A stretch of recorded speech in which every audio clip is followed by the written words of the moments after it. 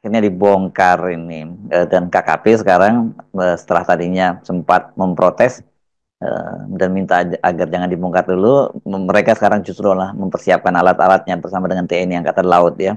Dan ini mereka membongkarnya dibantu oleh para nelayan dan warga masyarakat sekitar. Sebelumnya kan pembongkaran ini sempat tertunda karena ada silang pendapat antara Menteri KKP dan TNI Angkatan Laut. Ya, akhirnya kita masuk pada kesibukan teknis untuk urusan pembongkaran.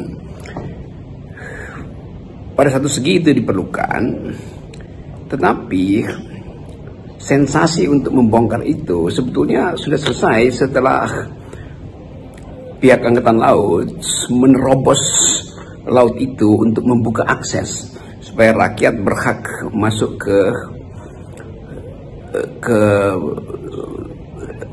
lapangan pekerjaannya, itu laut tuh. Nah, sekarang kita melihat setelah akses dibuka, maka nelayan menjadi lega karena dia bisa melaut lagi. Tetapi masih ada hal yang substansial, yaitu pemeriksaan terhadap kasus yang menyebabkan masalah ini menjadi masalah yang jadi intipan semua pihak. Yang ngintip di situ tentu para politisi itu, karena dugaan kuat bahwa proyek ini kendati di belakangnya ada masalah legal, tapi juga tidak lepas dari masalah tukar tambah politik, kan itu dasarnya tuh. Jadi sementara kita melihat keseriusan dari Pak Prabowo untuk menetapkan semacam sebut aja satu kepastian bahwa nelayan berhak untuk mengolah laut, itu satu poin selesai itu. Yang berikutnya tentu adalah debat legalnya. Misalnya ada debat kenapa Angkatan Laut, hak apa Angkatan Laut untuk membongkar itu, nggak ada dasar hukumnya. Ya buat Angkatan Laut bukan soal hukum, soal akses nelayan masuk ke laut. Jadi Angkatan Laut merasa bahwa mereka harus memihak pada nelayan karena sama-sama hidup di laut. Nelayan dan Angkatan Laut kan sama-sama beroperasi di laut. Jadi peristiwa itu sudah selesai.